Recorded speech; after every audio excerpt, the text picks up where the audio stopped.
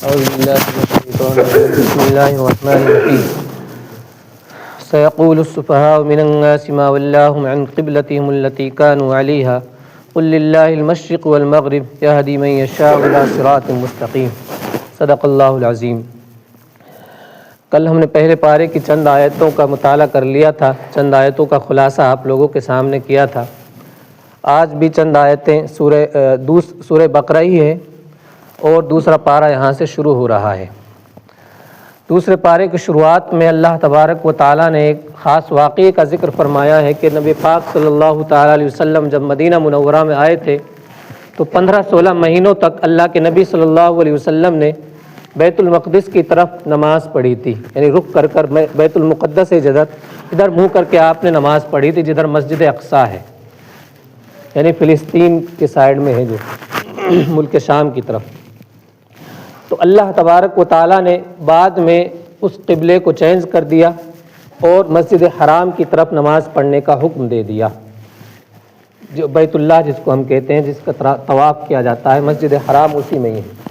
تو اس پر جو لوگوں نے اعتراض کیے اس کے تعلق سے اللہ تعالیٰ ان کا ذکر فرما رہا ہے کہ کچھ لوگ ہیں، کچھ بیوقوف لوگ، وہ کہیں گے کہ اللہ تعالیٰ نے مسلمانوں کو کیوں پھیر دیا اس قبلے سے جس پر وہ تھے؟ تو اللہ نے کہا قل للہ المشرق والمغرب، یہ مشرق و مغرب، یہ سمت ہے جو ادھر ادھر پھیرنا، یہ سب چیزیں اللہ تعالیٰ ہی کے لیے ہے۔ اللہ جدھر حکم دے گا تمہیں وہ کام کرنا ہے۔ اصل میں کس طرف منہ کرنا ہے اس میں کوئی بھلائی والی بات نہیں ہے، بلکہ اصل جو بھلائی ہے وہ اللہ کا حکم ہے۔ پہلے اللہ کا حکم دوسری طرف تھا تو ادھر منہ کرنا صحیح تھا، اب اللہ کا حکم یہ آ گیا تو ادھر منہ کرنا صحیح ہے۔ تو اصل جو بات ہے وہ اللہ کے حکم کو ماننے کی بات ہے، اصل یہ نہیں کہ تم کدھر منہ کر رہے ہو۔ تو اللہ نے یہ فرمایا ہے۔ پھر بعد میں اس امت کے تعلق سے اللہ نے فرما دیا کہ ہم نے تمہیں وسطاً امتاً وسطاً، یعنی وسط امت، سب سے بہترین امت بنایا ہے تاکہ تم لوگوں کے لیے گواہ ہو جاؤ اور یہ رسول تمہارے لیے گواہ ہو جائیں۔ یعنی گواہ کا مطلب ایک تو یہ کہ قیامت کے دن بھی یہ امت دوسرے لوگوں کے حق میں یا ان کے خلاف گواہی دے گی، یا مطلب یہ ہے کہ جو نبی پاک صلی اللہ تعالیٰ علیہ وسلم کا کام ہے اس دنیا میں دین کو پھیلانا، وہی اب تمہارا کام ہوگا۔ یعنی اب نئے نبی نہیں آئیں گے، یہ جو ذمہ داری ہے یہ اس امت پر اللہ تبارک و تعالیٰ نے ڈال دی۔ اس کے بعد ایک اہم آیت اللہ نے فرمایا الذین آتیناہم الکتاب یعرفونہ کما یعرفون ابناءہم، ان یہودیوں کے بارے میں فرمایا کہ اللہ کے نبی صلی اللہ تعالیٰ علیہ وسلم کو یہ ایسے پہچانتے ہیں جیسے اپنے بیٹوں کو پہچانتے ہیں، یعنی انسان اپنے بیٹوں کو دیکھتے ہی فوراً پہچان جاتا ہے۔ تو یہ لوگ بھی جو اللہ کے نبی علیہ السلام کے زمانے میں یہودی تھے، وہ حضور علیہ السلام کو ایسے ہی پہچانتے تھے، لیکن پھر بھی یہ اللہ کے نبی علیہ السلام پر ایمان نہیں لاتے تھے اپنے ہٹ دھرمی کی وجہ سے۔ تو اس میں اشارہ اس بات کی طرف ہم اللہ آپ کے لیے سبق یہ ہے کہ اگر کسی کے سامنے حق بات آ جائے تو اس کو فوراً انسان کو مان لینا چاہیے، اس میں یہ نہیں دیکھنا چاہیے کہ ہمارے باپ دادا کیا کرتے تھے، ہمارے دوسرے لوگوں نے کیا کیا ہے، حق بات کو ہمیشہ قبول کرنا چاہیے۔ پھر ایک اور اس سے چند آیتوں کے بعد اللہ فرماتا ہے فاذکرونی اذکرکم واشکروا لی ولا تکفرون، تم میرا ذکر کرو میں تمہارا ذکر کروں گا، اور تم میرا شکر ادا کرو اور میری ناشکری نہ کرو۔ دیکھو کتنی بڑی بات ہے، اگر ہم اللہ کا ذکر کریں گے تو اللہ ہمارا ذکر کرے گا۔ اور ایک حدیث کا مفہوم ہے کہ اگر کوئی اکیلا اللہ کا ذکر کرتا ہے تو اللہ بھی اس کا ایسے ہی ذکر کرتا ہے، اور کوئی مجلس میں اس کا ذکر کرتا ہے تو اللہ اس سے بہتر مجلس میں یعنی فرشتوں کی مجلس میں بندے کا ذکر کرتا ہے۔ اب آپ دیکھ رہے ہیں کہ اللہ تبارک و تعالیٰ سے اپنا ذکر کروانا چاہتے ہو تو اس کا سیدھا طریقہ یہ ہے کہ ہم اللہ کا ذکر کرنا شروع کر دیں، اور فرمایا میرا شکر ادا کرو، میرے احسانات کو مانو، جو اللہ نے تم پر احسان کیے ان تمام کو مان کر، اور اس اللہ کا شکر یہ ہے کہ اللہ کے احکام کو مانا جائے، اور اس کی ناشکری یہ ہے کہ اللہ کے احکام کی نافرمانی کی جائے۔ تو اللہ کے احکام کی نافرمانی کرنا یہ اللہ کی ناشکری ہے، اللہ تبارک و تعالیٰ کی نعمتوں کا انکار ہے۔ پھر چند آیتوں کے بعد اللہ نے فرمایا وَلَنَبْلُوَنَّكُمْ بِشَيْءٍ مِّنَ الْخَوْفِ وَالْجُوعِ، کہ ہم تمہاری آزمائش کریں گے چند چیزوں سے، یعنی خوف سے، بھوک سے، مالوں کی کمی سے، جانوں کی کمی سے، پھلوں کی کمی سے۔ یعنی اللہ کہہ رہا ہے اس دنیا میں تمہاری آزمائش ہوگی، لیکن ان آزمائشوں میں جو صبر کرے گا، اللہ نے فرمایا وَبَشِّرِ الصَّابِرِينَ، ان صبر کرنے والوں کے لیے خوشخبری ہے۔ اور صبر کرنے والوں کی پہچان یہ ہے کہ جب بھی کوئی مصیبت آتی ہے تو وہ کہتے ہیں اِنَّا لِلَّهِ وَإِنَّا إِلَيْهِ رَاجِعُونَ، کہ بے شک یہ اللہ ہی کے لیے ہم ہیں اور اس سب چیز کا اور ہمارا لوٹنا بھی اللہ ہی کی طرف ہے۔ یعنی اللہ تعالیٰ ہی کی طرف لوٹاتے ہیں اپنے کام کو۔ اللہ تبارک و تعالیٰ کی طرف سے کوئی بھی مصیبت یعنی کسی بھی طرح کی مصیبت آئیں، ضروری نہیں ہے جب کسی کا انتقال ہو تبھی یہ پڑھا جائے، چھوٹی سی بھی مصیبت آتی ہے تو اس دعا کو پڑھ لینا چاہیے، انا للہ و انا الیہ راجعون۔ حضور پاک حدیث کا مفہوم ہے کہ جو اس کو پڑھتا ہے اللہ تعالیٰ اس کے لیے بہتر جزا عطا فرماتا ہے، اس سے بہتر بدلہ عطا کر دیتا ہے جو اس کو مصیبت میں پڑھتا ہے۔ ایسے لوگوں کے بارے میں اللہ نے فرمایا کہ ان پر اللہ کی رحمتیں ہوتی ہیں، اللہ کے درود ان پر ہوتے ہیں اور یہی ہدایت والے ہیں۔ پھر چند آیتوں کے بعد اللہ نے ایک آیت ہے تھوڑی سی لمبی، ان فی خلق السماوات والارض، زمین و آسمان میں جتنی چیزیں ہیں نا ان کے تعلق سے اللہ نے غور و فکر کا کہا ہے۔ اللہ کہتا ہے زمین و آسمان کی پیدائش میں اور رات دن کے بدلنے میں، والفلک التی، اور کشتیوں میں جو سمندروں میں چلتی ہیں تمہارے نفع کو لے کر، تمہارے ساز و سامان کو لے کر، جو اللہ پانی نازل کرتا ہے آسمان سے یعنی بارش اتارتا ہے، پھر اس سے تم دیکھتے ہو کہ ایک مردہ زمین ہوتی ہے، بنجر زمین ہوتی ہے، اس کو اللہ ہری بھری کر دیتا ہے، اور وبث فیہا من کل دابہ، اور اس میں جو انسانوں کو، جانور وغیرہ کو اللہ تعالیٰ نے ہر جاندار کو جو پھیلا دیا ہے زمین کے اندر۔ اسی طرح وتصریف الریاح، ہواؤں کے پھرنے میں ادھر ادھر ہوائیں چلتی ہیں جو، والسحاب المسخر، اور جو بادل ہے جو مسخر کر دیا گیا ہے، روک دیا گیا بین السماء والارض، آسمان و زمین کے درمیان میں جو بادل مسخر ہے۔ یہ چیزیں گنوانے کے بعد اللہ نے کہا لآیات لقوم یعقلون،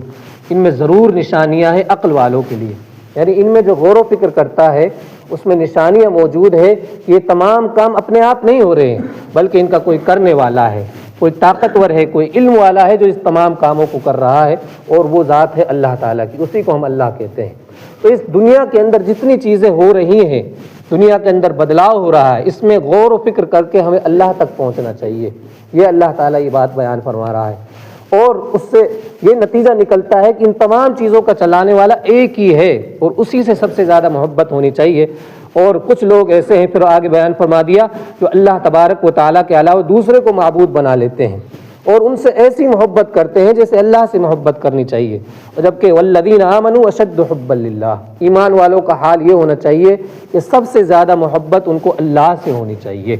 اور سب سے زیادہ محبت کی نشانی کیا ہے؟ ایک طرف اللہ کا حکم آ گیا، ایک طرف دنیا والوں کا حکم آ گیا۔ اگر ہم دنیا والوں کو اپنی خواہش کو ترجیح دے رہے ہیں تو گویا کہ ہم نے اپنی خواہش کو اللہ معبود بنا لیا ہے،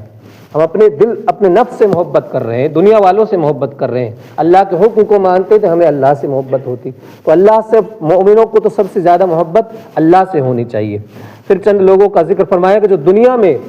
غلط لوگوں کے پیچھے چلتے تھے، قیامت کے دن وہی لوگ ان کا انکار کر دیں گے، ان سے بری ہو جائیں گے۔ مثلا دنیا میں اگر کوئی گمراہ کی کسی نے پیروی کی، یعنی شیطان کی پیروی کی، تو شیطان کہے گا کہ میں اس سے بری ہوں، میرا اس سے کوئی تعلق نہیں ہے۔ پھر وہاں انسان افسوس کرے گا کہ کاش دنیا میں مجھے دوبارہ بھیج دیا جاتا تو میں صحیح راستے کو اختیار کرتا۔ تو صحیح لوگوں کے طریقے کو اختیار کرنے کا اللہ نے اس میں حکم دیا ہے۔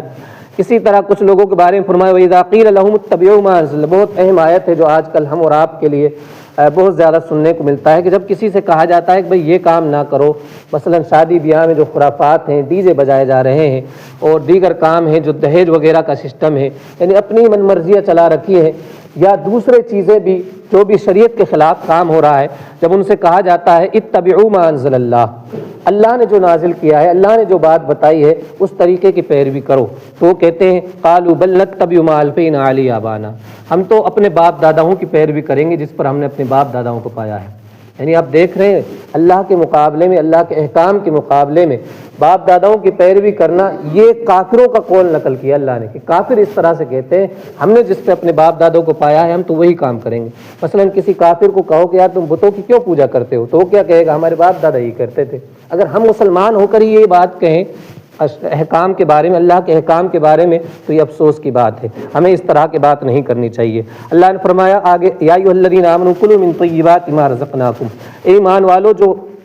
اللہ پر جو پاکیزہ چیز ہم نے تمہیں دی ہے ان میں سے کھاؤ، یعنی پاک چیزوں سے، حلال چیزوں میں سے کھاؤ، اور اللہ کا شکر کرو اگر تم اسی کی عبادت کرنے والے ہو۔ پھر چند چیزیں اللہ نے حرام فرمائی، ان کا ذکر فرمایا انما حرم علیکم المیتۃ، خون کو اللہ نے، مردار کو، خون کو خنزیر یعنی سور کا جو گوشت ہے اس کو حرام کر دیا، اور جس پر اللہ کے علاوہ کسی اور کا نام ذکر کیا گیا ہو ذبح کرتے وقت، یعنی ذبح کرتے وقت اللہ کا نام نہ لیا ہو، یا تو سرے سے اللہ کا نام ہی نہ لیا ہو، یا ذبح کرتے وقت کسی معبود کا نام لے دیا ہو، یعنی اللہ کے علاوہ جن کو معبود بنا رکھا ہے، تو وہ بھی کیا ہے حرام ہوتا ہے، اور ان چیزوں کو کھانا جائز نہیں ہوگا۔ ہاں مجبوری کی حالت ہے، کسی کی جان جا رہی ہو اور انسان کے پاس حرام کے علاوہ کوئی چیز نہ ہو، تو اتنا کھا سکتا ہے جس سے انسان کی جان بچ جائے۔ اپنی جان کو بچانا یہ فرض ہوتا ہے، یہ اللہ تبارک تعالیٰ نے بیان فرما دیا۔ اسی طرح اللہ تبارک تعالیٰ نے فرمایا ان الذین یکتمون ما انزل اللہ من الکتاب ویشترون بہ ثمنا قلیلا، جو کوئی اس چیز کو چھپاتا ہے جو کتاب میں اللہ نے نازل فرما دیا ہے، یعنی حق بات کو جو چھپاتا ہے اور حق اور چھپانے کے بدلے میں کچھ قیمت لے لیتا ہے، یعنی غلط فتویٰ دے کر غلط مسئلہ بتا کر کوئی قیمت وصول کرتا ہے، تو اللہ نے فرمایا وہ لوگ اپنے پیٹوں میں آگ کو بھر رہے ہیں، اور اللہ ان سے قیامت کے دن بات نہیں کرے گا اور نہ ان کا تزکیہ کرے گا۔ چند آیتوں کے بعد اللہ نے ایک بہت اہم آیت بیان فرمائی کہ جو اصل نیکی کی کیا حقیقت ہے۔ ہم اور آپ نے اپنے اپنے نیکیاں بنا رکھی ہے، کوئی کسی کو نیکی کہتا ہے، اصل نیکی کیا ہے؟ اللہ فرماتا ہے لیس البر ان تولوا وجوہکم قبل المشرق والمغرب ولکن البر، صرف نیکی یہ نہیں ہے کہ تم اپنے چہرے کو مشرق و مغرب کی طرف پھیر لو، اصل نیکی اس شخص کی ہے جو اللہ پر ایمان لایا، آخرت پر ایمان لایا، فرشتوں اور کتابوں اور نبیوں پر ایمان لایا، یعنی ان تمام چیزوں کو مانا، اور اس نے اپنے مال کو مال کی محبت کے باوجود خرچ کیا، اہل رشتہ داروں پر خرچ کیا، یتیموں پر خرچ کیا، مسکینوں پر، مسافروں پر، مانگنے والوں پر، اور گردنوں کو چھڑانے میں یعنی کسی کو آزاد کرنے میں، اور اس نے نماز قائم کی، زکوٰۃ دی، اور اپنے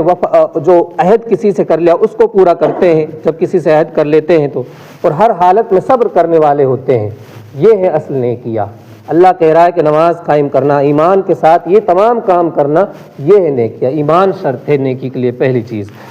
اور اس کے بعد نیک اعمال فائدہ دیں گے۔ اللہ نے فرمایا یہی لوگ سچے ہیں اور یہی لوگ متقی ہیں۔ پھر اللہ تبارک و تعالیٰ نے قصاص کی آیت بیان فرمائی کہ اگر کوئی قتل کر دیا جائے تو اس کے بدلے میں اسلامی حکومت میں اس کو ہی قتل کر دیا جائے گا، اور جو قتل کرے گا اس کو قتل کیا جائے گا، یہ نہیں کہ اس کے بدلے میں کسی دوسرے کو قتل کر دیا جائے۔ اسی طرح پھر اللہ تعالیٰ نے رمضان کے روزوں کے تعلق سے بیان فرمایا ہے کہ جس طرح پہلے لوگوں پر اللہ نے روزے فرض کیے تھے تم پر بھی اس نے فرض کیے، اور روزوں کے اصل مقصد ہے لعلکم تتقون، تاکہ تم تقوی اختیار کرو، حرام کاموں سے بچ جاؤ، اصل مقصد روزے کا یہ ہے۔ اس کے تعلق سے انشاءاللہ جمعے میں بھی بیان ہو جائے گا۔ اور پھر اللہ تعالیٰ نے چند آیتوں کے بعد فرمایا وَلَا تَأْكُلُوا أَمْوَالَكُمْ بَيْنَكُمْ بِالْبَاطِلِ وَتُدْلُوا بِهَا لِلْحُكَّامِ، آپس میں ایک دوسرے کے مال کو باطل طریقے سے، حرام طریقے سے نہ کھاؤ، اور ایسا بھی نہ کرو کہ کسی حاکم کے پاس یا جج وغیرہ کے پاس کوئی عدالت میں کیس کر کر کسی کا مال کو ہڑپ لو، تو یعنی کسی کا ناجائز طریقے سے کسی کے مال کو ہڑپ کر نہ کھاؤ، یہ اللہ تعالیٰ نے سخت حرام کر دیا، اور روزوں کے بعد میں اس کو ذکر فرمایا ہے، اور روزوں کا جو اصل مقصد ہے وہی تقوی بیان فرمایا تھا میں نے، جیسا کہ حرام مال سے بچنا۔ تو حرام مال کا ایک طریقہ یہ بھی تھا کہ لوگ کیس کر دیتے ہیں، آج کل بھی ہوتا ہے کہ کسی پر ناجائز کیس کر کے کسی کی جائیداد وغیرہ کو، مال وغیرہ کو کھا جاتے ہیں۔ کسی کے حق میں کیس آ جائے اس سے وہ چیز جائز نہیں ہو جائے گی، کسی کے ناجائز طریقے سے اگر کیس کر کے کھا لیا تو یہ چیز بھی عام طور پر پائی جاتی ہے۔ پھر اللہ تبارک و تعالیٰ نے قتال و جہاد کا ذکر بھی فرمایا ہے اس آیت میں، اور قتال یا جہاد کا اصل مقصد بیان فرما دیا وَقَاتِلُوهُمْ حَتَّى لَا تَكُونَ فِتْنَةٌ، کہ ان سے قتال کرنا ہے، جنگ کرنی ہے حتیٰ کہ فتنہ باقی نہ رہے۔ اصل جو جنگ کا مقصد ہوتا ہے اسلامی حکومت میں، قتال کا جو مقصد ہوتا ہے وہ ہوتا ہے فتنے کو ختم کرنا۔ فتنہ کیا ہوتا ہے؟ فتنے کا مطلب یہ ہوتا ہے کہ کہیں بھی اللہ کی شریعت کے خلاف کوئی کام کر رہا ہو، یا دنیا کے اندر لوگوں کو شریعت پر عمل کرنے کی پابندی لگائی جا رہی ہے، اس کو کہا جاتا ہے فتنہ۔ مثلا کہیں کسی دیش کے اندر ایسا ہے کہ وہاں پابندیاں لگائی جا رہی ہیں شریعت پر، یعنی تمہیں نماز نہیں پڑھنی ہے، تمہیں شریعت کے کام نہیں کرنے ہیں، اصل فتنہ یہ ہوتا ہے۔ تو اس فتنے کو ختم کرنے کے لیے جہاد کا حکم اللہ تبارک و تعالیٰ نے دیا ہے۔ تو مقصد جہاد کا یہ ہوتا ہے، فتنہ پھیلانا مقصد نہیں ہوتا ہے۔ جہاد کا مطلب صرف یہ نہیں ہے کہ مار کاٹ کر دو، اصل مقصد اللہ کے دین کو غالب کرنا، یہ جہاد کا مقصد ہوتا ہے۔ پھر اللہ نے چند آیتوں کے بعد فرمایا وَأَنفِقُوا فِي سَبِيلِ اللَّهِ وَلَا تُلْقُوا بِأَيْدِيكُمْ إِلَى التَّهْلُكَةِ، اور اللہ کے راستے میں مال کو خرچ کرو اور اپنے ہاتھوں سے اپنے آپ کو ہلاکت میں مت ڈالو، یعنی خرچ کرنا ہے اور نہیں خرچ کرو گے تو تم ہلاکت میں مبتلا ہو جاؤ گے۔ وَأَحْسِنُوا إِنَّ اللَّهَ يُحِبُّ الْمُحْسِنِينَ، اور اچھی طرح سے عمل کرو، بے شک اللہ محسنین کو، جو اچھی طرح سے عمل کرتا ہے، ان کو پسند فرماتا ہے۔ اچھی طرح سے مطلب کیا ہے؟ اخلاص کے ساتھ اللہ کی رضا کے لیے سنت کے مطابق عمل کرنا، اس کو کہا جاتا ہے احسان۔ کیونکہ اچھی طرح سے عمل کرنا یہ ہے مقصود، زیادہ عمل کرنے سے کوئی فائدہ نہیں ہے اگر اچھی طرح سے نہ ہو۔ مثلا زیادتی فائدہ نہیں دیتی ہے، اچھی چیز کوالٹی فائدہ دیتی ہے، کوانٹٹی نہیں اس کو کہا جاتا۔ مثلا کسی کے پاس صرف 1 گرام سونا ہے اور 10 کلو اگر کسی کے پاس مثال کے طور پر لوہا ہے، تو قیمت کس کی زیادہ ہوگی؟ سونے کی زیادہ ہوگی، کیونکہ اس کی کوالٹی بہت زیادہ ہے، اس کی مانگ زیادہ ہے۔ تو اچھی چیز کا مطلب یہ ہے کہ اچھے طریقے سے عمل کو کیا جائے، صرف اللہ کی رضا کے لیے عمل کو کیا جائے۔ پھر حج کا ذکر کرنے کے بعد اللہ تبارک و تعالیٰ نے حج کا بارے میں فرمایا الحج اشہر معلومات، حج کے چند مہینے ہیں۔ ومن فرض فیہن الحج فلا رفث ولا فسوق ولا جدال فی الحج، جو بھی ان مہینوں میں اپنے آپ پر حج کو فرض کر لے، یعنی احرام وغیرہ باندھ لے، فلا رفث، تو وہ گندی بات نہ کرے اور نہ فسق کا کام کرے، گناہ کا کام کرے، اور نہ حج کے دنوں میں جھگڑا وغیرہ کرے۔ پھر اللہ تبارک و تعالیٰ نے چند آیتوں کے بعد کچھ لوگوں کا ذکر فرمایا فَمِنَ النَّاسِ مَن يَقُولُ رَبَّنَا آتِنَا فِي الدُّنْيَا وَمَا لَهُ فِي الْآخِرَةِ مِنْ خَلَاقٍ، کہ کچھ لوگ وہ ہیں کہ جو کہتے ہیں کہ اللہ ہمیں دنیا میں عطا کر دے اچھائی، یعنی ہمیں دنیا کی اچھائی دے، صرف دنیا مانگتے ہیں اللہ تعالیٰ سے۔ اللہ نے فرمایا وما لہو فی الآخرۃ من خلاق، ان کے لیے آخرت میں کوئی حصہ نہیں ہے، یعنی جو صرف دنیا کا طالب ہے، دنیا مانگ رہا ہے، تو آخرت میں اس کے لیے کچھ نہیں ملنے والا ہے۔ ہاں کچھ لوگ وہ ہوتے ہیں جو کہتے ہیں ربنا آتنا فی الدنیا حسنہ، اے اللہ ہمیں دنیا میں بھی اچھائی عطا کر اور آخرت میں بھی اچھائی عطا کر، اور دوزخ کی آگ سے ہمیں بچا لے۔ تو یہ دعا ہم کو کرنی چاہیے، دنیا کی بھلائی بھی مانگنی چاہیے، آخرت کی بھلائی بھی مانگنی چاہیے۔ ہمارا دین یہ نہیں کہتا ہے کہ دنیا کو چھوڑ دو، ہمارا دین کہتا ہے کہ دنیا کی بھلائی مانگو۔ دنیا کی بھلائی یہ ہے کہ اللہ تعالی ہم سے راضی ہو جائے اور آخرت میں اس کا صلہ دے۔ وقنا عذاب النار، اور یہ دعا کرنی چاہیے کہ اللہ ہمیں آگ کے عذاب سے بچا لے۔ اس دعا کو اللہ کے نبی صلی اللہ تعالیٰ علیہ وسلم اکثر پڑھا کرتے تھے، ہمیں بھی اس دعا کو ہمیشہ پڑھنا چاہیے، اور یہ بہت ہی جامع دعا ہے۔ تو یہ آدھے پارے کا خلاصہ ہو گیا ہے۔ اللہ تعالیٰ کی بارگاہ میں دعا ہے کہ اللہ ہمیں عمل کی توفیق عطا فرمائے۔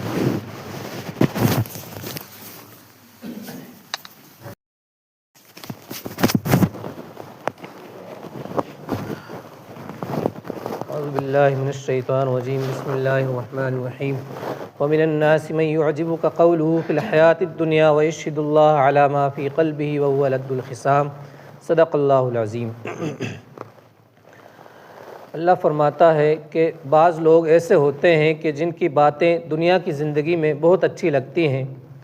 اور وہ اللہ کو اپنے دل پر گواہ بھی بناتا ہے، حالانکہ وہ بہت جھگڑالو قسم کے لوگ ہوتے ہیں۔ یعنی کچھ لوگ ایسے بھی دنیا میں ہوتے ہیں کہ ویسے بہت چکنی چپڑی باتیں کرتے ہیں، اچھی باتیں کرتے ہیں، لیکن دل سے وہ بہت ہی زیادہ خراب لوگ ہوتے ہیں، جھگڑالو قسم کے لوگ ہوتے ہیں۔ اور جب وہ اللہ کے نبی علیہ السلام کے زمانے کے لوگوں کے بارے میں یہ ہے، اور اس دور میں بھی اس طرح کے لوگ پائے جاتے ہیں، یعنی حضور کے پاس آتے تھے تو بہت اچھی باتیں کرتے تھے، لیکن جیسے ہی آپ کے پاس سے گئے تو وہ زمین میں فساد پھیلاتے ہیں، کھیتیوں کو برباد کر دیتے ہیں، نسلوں کو برباد کرتے ہیں۔ ایسے لوگ بھی ہوتے ہیں۔ اور جب ان سے کہا جاتا ہے اللہ سے ڈرو، تو پھر ان کی جو گھمنڈ ہے، غرور و گھمنڈ ہے، اس کو گناہ پر ابھار دیتا ہے، اور ان کا ٹھکانہ جہنم ہے، وہ برا ٹھکانہ ہے۔ یعنی ایسے لوگوں سے یا ایسے لوگوں کا طریقہ ہمیں نہیں اپنانا چاہیے کہ صرف زبان سے تو اچھے بنے ہم اور دل سے اپنے کیا ہے فساد بھرا ہو دلوں کے اندر۔ اس کے برخلاف کچھ لوگ ایسے بھی ہوتے ہیں، اللہ نے فرمایا وَمِنَ النَّاسِ مَن يَشْرِي نَفْسَهُ ابْتِغَاءَ مَرْضَاتِ اللَّهِ، کہ بعض لوگ وہ ہوتے ہیں کہ اپنے جان کی بھی پرواہ نہیں کرتے ہیں اللہ تعالیٰ کی رضا چاہنے کے لیے، یعنی اللہ کی رضا کے لیے اپنی جان تک کو بھی قربان کر دیتے ہیں۔ ایسے مسلمان ہونے چاہیے۔ پھر اللہ نے فرمایا یا ایھا الذین آمنوا ادخلوا فی السلم کافہ، اے ایمان والو اسلام میں پورے داخل ہو جاؤ۔ یعنی ایسا نہیں کہ بعض باتوں کو مانو بعض کا انکار کرو، جیسا کہ پہلے پارے میں بھی آیا کہ کچھ باتوں کو مانتے ہیں، کچھ باتوں کا انکار کر دیتے ہیں۔ تو اسلام میں پورے داخل ہونے کا مطلب یہ ہے کہ ہر حکم کو پر عمل کرنا ہے۔ ولا تتبعوا خطوات الشیطان، شیطان کے نقش قدم پر نہیں چلنا ہے، کیونکہ وہ انسان کا کھلا ہوا دشمن ہے۔ چند آیتوں کے بعد اللہ نے فرمایا زُیِّنَ لِلَّذِینَ کَفَرُوا الْحَیَاةُ الدُّنْیَا وَیَسْخَرُونَ مِنَ الَّذِینَ آمَنُوا، کافروں کے لیے دنیا کی زندگی کو مزین کر دیا گیا ہے اور وہ ایمان والوں کا مذاق بناتے ہیں، یعنی دنیا کے اندر ان کی جو زندگی ہے وہ اسی کو ہی سب کچھ سمجھتے ہیں کافر جو ہوتے ہیں، اور وہ ایمان والوں کا یا نیک لوگوں کا وہ مذاق بناتے ہیں۔ اللہ نے فرمایا والذین اتقوا فوقهم یوم القیامہ، قیامت کے دن جو تقوی والا ہوگا، ایمان والا ہوگا، وہ ان سے اوپر ہوگا اور اللہ ان کو رزق دے گا بغیر حساب کے، یعنی ایمان والوں کا رزق اللہ تعالیٰ بغیر حساب کے دے گا جو اپنے ایمان کو بچا لے گا۔ ایک آیت کے بعد اللہ نے فرمایا ام حسبتم ان تدخلوا الجنۃ ولما یاتکم مثل الذین خلوا من قبلکم، تم نے یہ گمان کر لیا ہے کہ ایسے ہی جنت میں داخل ہو جاؤ گے، حالانکہ تمہارے پاس اس طرح کی باتیں نہیں آئی ابھی تم پر، وہ ایسے حالات نہیں آئے ہیں جیسے تم سے پہلے لوگوں پر آئے تھے، یعنی پہلے لوگوں کو جس طرح سے آزمایا تھا تمہاری بھی ایسی آزمائش ہوگی، ایسا نہیں کہ بغیر آزمائش کے ہمیں اللہ تعالیٰ چھوڑ دے گا۔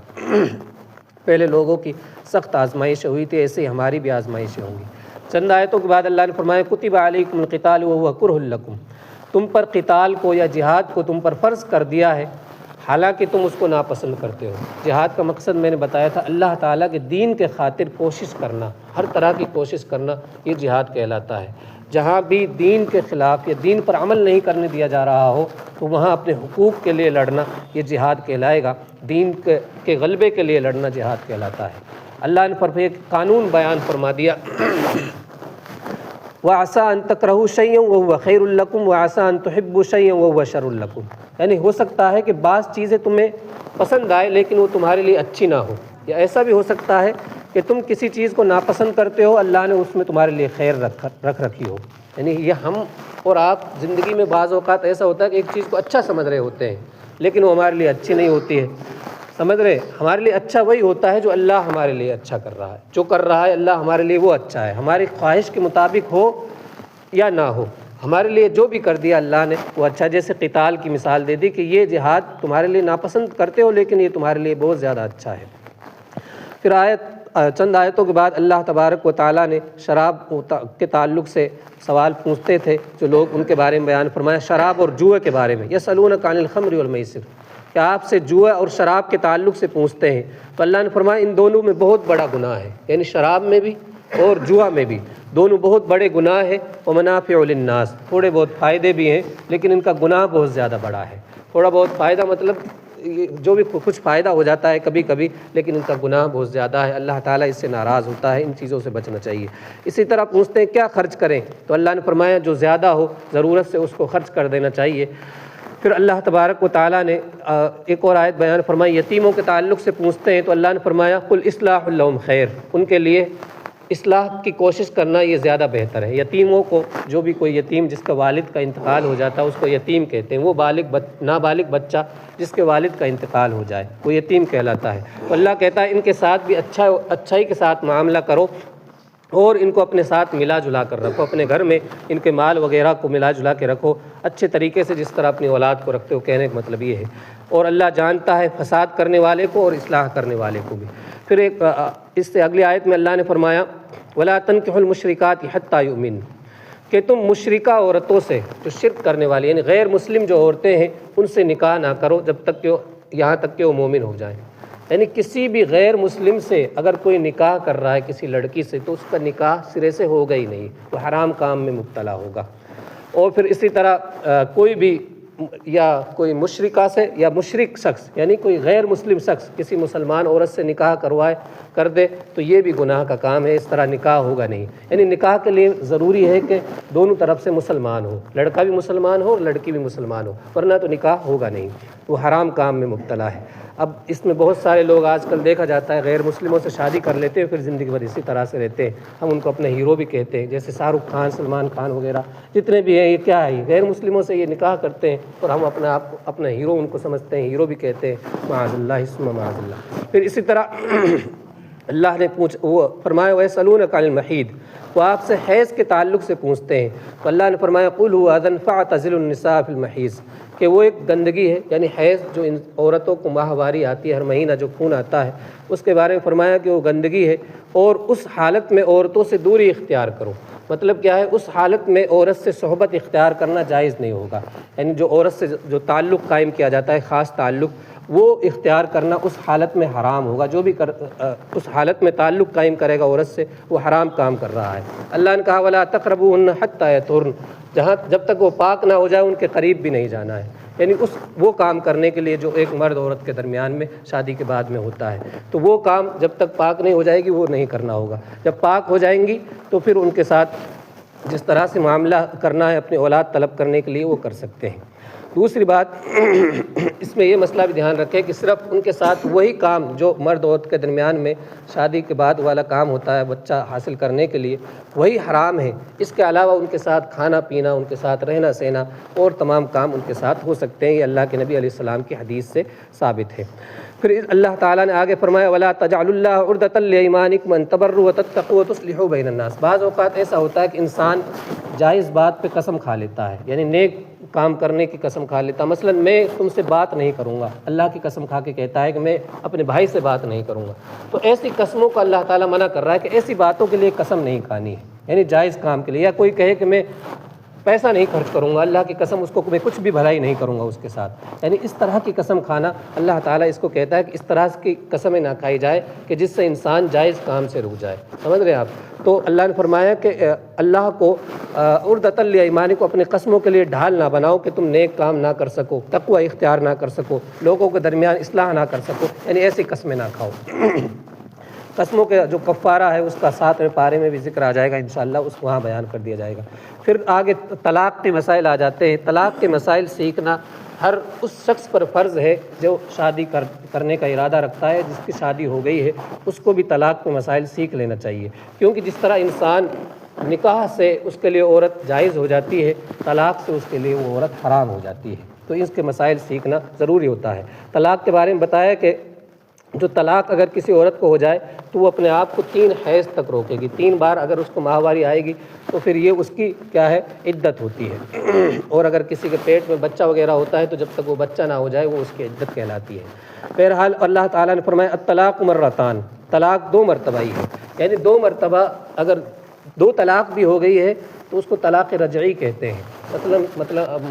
کہنے کا مطلب یہ ہے کہ اگر کوئی 1 یا 2 طلاق دے دے تو جب تک اس کو 3 حیض نہیں آئے ہیں، عورت کو 3 ماہواری نہیں آئی ہیں، تو اس وقت تک وہ واپس اس کے ساتھ رجوع کر سکتا ہے، یعنی دوبارہ سے اس کے ساتھ رجوع کرنے کا مطلب یہ ہے کہ وہ کہہ دے کہ میں اپنی طلاق کو واپس لے رہا ہوں۔ سمجھ رہے ہیں آپ؟ لیکن اگر کوئی تیسری طلاق دے دے تو اس کے بارے میں صاف آ گیا، پھر وہ عورت اس کے لیے حلال نہیں ہوگی، یعنی اس کے لیے پھر وہ ہمیشہ کے لیے حرام ہو جائے گی، کبھی اس کے لیے حلال نہیں ہوگی۔ ہاں یہ ہے کہ وہ عورت دوسرے سے جا کر کہیں نکاح کر لے اپنے آپ، ایسا نہیں کہ پھر پورا وہ انتظام کیا جائے، اس کا نکاح کروا دیا جائے، اس کو حلالہ کہتے ہیں، یہ بالکل حرام ہے اس طرح سے انتظام کرنا، حلالہ وغیرہ کروانا۔ بہرحال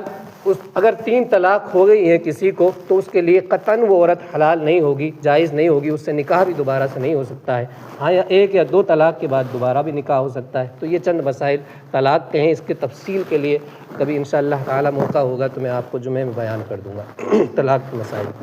یا اس کو ویسے بھی آپس میں سیکھنا چاہیے۔ جو بھی شخص نکاح کرنا چاہتا ہے تو اس کو یہ مسائل سیکھنا لازمی ہو جاتے ہیں۔ پھر آگے اللہ نے چند آیتوں کے بعد فرمایا والوالدات یرضعن اولادهن حولین کاملین لمن اراد ان یتم الرضاعہ، کہ جو بچے کو جو دودھ پلایا جاتا ہے اس کی مدت اس میں بتائی ہے کہ اس کی 2 سال کی مدت ہے، یعنی عورتوں کو صرف 2 سال بچے کو دودھ پلانا چاہیے، اس سے زیادہ دودھ نہیں پلانا چاہیے۔ اور یہ اپنے عورتوں کو یہ چیزیں بتا لینی چاہیے۔ بعض اوقات 2 سال سے زیادہ بچہ ہو جاتا ہے پھر بھی ماں اس کو دودھ پلا رہی ہوتی ہے، یہ صحیح نہیں ہے، یہ قرآن کی روح سے غلط ہے۔ 2 سال کے اندر ہی اس کا دودھ چھڑا دیا جائے۔ پھر آگے اللہ تعالیٰ نے بیوہ کی عدت کو بیان فرمایا کہ جس کے شوہر کا انتقال ہو جائے، یتربصن بانفسہن 4 اشہر و عشرہ، وہ اپنے آپ کو 4 مہینے 10 دن روکے رکھے، یعنی 4 مہینے 10 دن اس کی عدت ہوتی ہے، اس دوران وہ دوسرا نکاح نہیں کر سکتی ہے وہ عورت 4 مہینے 10 دن تک۔ یہ جب گزر جائے تو پھر وہ دوسرا نکاح وغیرہ کر سکتی ہے، اس دوران میں عدت کے دوران میں اس کا دوسرا نکاح نہیں ہو سکتا ہے۔ پھر آگے اللہ تبارک و تعالیٰ نے چند آیتوں کے بعد بیان فرمایا حافظوا علی الصلوات والصلاۃ الوسطیٰ، نمازوں کی پابندیاں کرو، خصوصاً بیچ والی نماز یعنی عصر کی نماز کی، اس کی پابندی کرنے کا خاص طور پر اللہ نے کہا۔ اس کی وجہ یہ ہے کہ حدیث پاک میں آتا ہے کہ جب انسان کا انتقال ہو جاتا ہے تو قبر میں جب اس کو مردے اٹھائے جاتے ہیں تو اس کو یہ عصر والا وقت محسوس ہوتا ہے، یعنی اس کو لگتا ہے عصر والا وقت ہے، اگر اس وقت اس کی زبان پر نماز کا آ گیا کہ مثلاً اس کو فرشتے اٹھا رہے ہیں، اس نے کہا دیا میں نماز کے لیے جا رہا ہوں، تو پھر اس کے لیے کیا ہے، پھر بخشش ہی ہو جاتی ہے، نماز میں تمام چیزیں آ جاتی ہیں، ایمان وغیرہ، وہی جو سوال ہونے ہوتے ہیں وہ نماز اسی جواب میں آ جاتے ہیں۔ بہرحال خصوصاً بیچ والی نماز کا اللہ نے کہا وقوموا للہ قانتین، اور اللہ کے فرما بردار بن جاؤ۔ پھر چند آیتوں کے بعد اللہ تبارک تعالیٰ نے ارشاد فرمایا من ذا الذی یقرض اللہ قرضا حسنا فیضاعفہ لہ اضعافا کثیرا، کہ جو بھی اللہ تعالیٰ کو قرض حسن دیتا ہے، اچھا قرضہ دیتا ہے، تو اللہ تعالیٰ اس کے لیے اس کو بڑھا چڑھا دیتا ہے۔ اچھا، اللہ کے لیے قرضہ دینے کا مطلب کیا ہے کہ غریبوں کی کوئی مدد کرتا ہے، اللہ کی راہ میں کوئی خرچ کرتا ہے، تو گویا یہ اللہ تعالیٰ کو قرضہ دے رہا ہے، اور اللہ تعالیٰ اس کو بڑھا چڑھا کے دے گا، دنیا میں بھی اس کے برکتیں دے گا اور آخرت میں بھی اس کے لیے بڑھا دے گا۔ پھر آخر میں ایک واقعہ ذکر کیا گیا ہے بنی اسرائیل کا، کہ بنی اسرائیل جب تنزلی کا شکار ہو گئی تھی، یعنی یہ لوگ بہت زیادہ ان کی بری حالت ہو گئی تھی، لوگوں نے ان کو بہت قتل کر دیا تھا، یا لوگوں نے ان کو گھروں سے نکال دیا تھا، تو ان کے درمیان میں ایک نبی تھے، اس نبی کا یہاں ذکر نہیں آیا، نام تو نہیں آیا لیکن صرف نبی آیا ہے۔ انہوں نے ان سے کہا، بنی اسرائیل نے، کہ ہمارے لیے کوئی ایک بادشاہ مقرر کر دیجئے، ہم اس کے تحت لڑنا چاہتے ہیں، اس کے انڈر میں لڑیں گے اور ان سے جنگ کریں گے، جہاد کریں گے۔ تو پھر ان کے لیے اللہ تبارک و تعالیٰ نے ایک شخص کو بادشاہ مقرر کر دیا جس کا نام طالوت تھا، اور اس کو بادشاہ اس لیے مقرر کیا کیونکہ وہ علم میں اور جسم میں بہت زیادہ تھا، اس کے پاس مال تو زیادہ نہیں تھا، انہوں نے اس چیز پہ اعتراض بھی کیا تھا۔ دوسرے، اس کے بادشاہت کی نشانی اللہ نے یہ بتائی تھی کہ ان کے پاس ایک تابوت تھا جس کے اندر سکینۃ من ربکم، اللہ تعالیٰ کی طرف سے سکون تھا، اور حضرت موسیٰ علیہ السلام اور حضرت ہارون علیہ السلام کے جو ترکہ کچھ چیزیں بچی ہوئی تھی وہ اس صندوق کے اندر تھا، جس کو فرشتے اٹھا کر لائے تھے، تو اس بادشاہ کی یہ نشانی تھی طالوت کی۔ بہرحال انہوں نے جنگ لڑی اور بنی اسرائیل کے ساتھ میں، اور یہ جنگ بھی اس میں 313 تھے، اس جنگ کے اندر بھی مسلمانوں نے بھی اس طرح کی ایک جنگ لڑی تھی، جنگ بدر، تو اس جنگ میں بھی روایتوں میں آتا ہے 313 ہی لوگ ان کے ساتھ تھے، اور کچھ لوگ اس سے نکل بھی گئے تھے، کچھ لوگوں نے کم ہمتی بھی دکھائی تھی، لیکن جو پکے ایمان والے تھے انہوں نے کہا کم من فیۃ قلیلۃ غلبت فیۃ کثیرۃ باذن اللہ، بعض اوقات کم جماعتیں بہت زیادہ جماعتوں پر غالب آ جاتی ہیں، یعنی ایمان والے جو ہوتے ہیں نا کم ہی بہت زیادہ ہوتے ہیں، اگر پختہ ایمان والے ہو تو کم ہی ہوں گے، تو انشاءاللہ تعالیٰ ان کو اللہ تعالیٰ بلند کر دیتا ہے، اور ایمان کمزور ہو تو کروڑوں کی تعداد بھی ہوگی تو کچھ بھی نہیں کر پائیں گے۔ اس میں اللہ تبارک و تعالیٰ نے ان کو کیا ہے اس جنگ میں فتح عطا فرمائی تھی، اور اس جنگ میں ہی حضرت داؤد علیہ السلام کے بارے میں آتا ہے وَقَتَلَ داؤد جالوت، ایک جالوت نام کا ایک بہت طاقتور دشمن تھا، اس کو حضرت داؤد علیہ السلام نے قتل کر دیا تھا۔ بعد میں اللہ تعالیٰ نے داؤد علیہ السلام کو بادشاہ بنا دیا، اس کو حکمت عطا فرمائی، علم عطا فرمایا۔ پھر آگے اللہ لاسٹ آیت بیان فرمائی تلک آیات اللہ نتلوہا علیک بالحق، یہ اللہ کی آیتیں ہیں جس کو ہم حق کے ساتھ آپ پر بیان کر رہے ہیں، پڑھ رہے ہیں۔ اللہ کے نبی علیہ السلام سے فرمایا اللہ نے وَإِنَّكَ لَمِنَ الْمُرْسَلِينَ، اور یقیناً آپ رسولوں میں سے ہیں۔ تو یہ لاسٹ آیت تھی، یہ خلاصہ تھا دوسرے پارے کا۔ اللہ تعالیٰ کی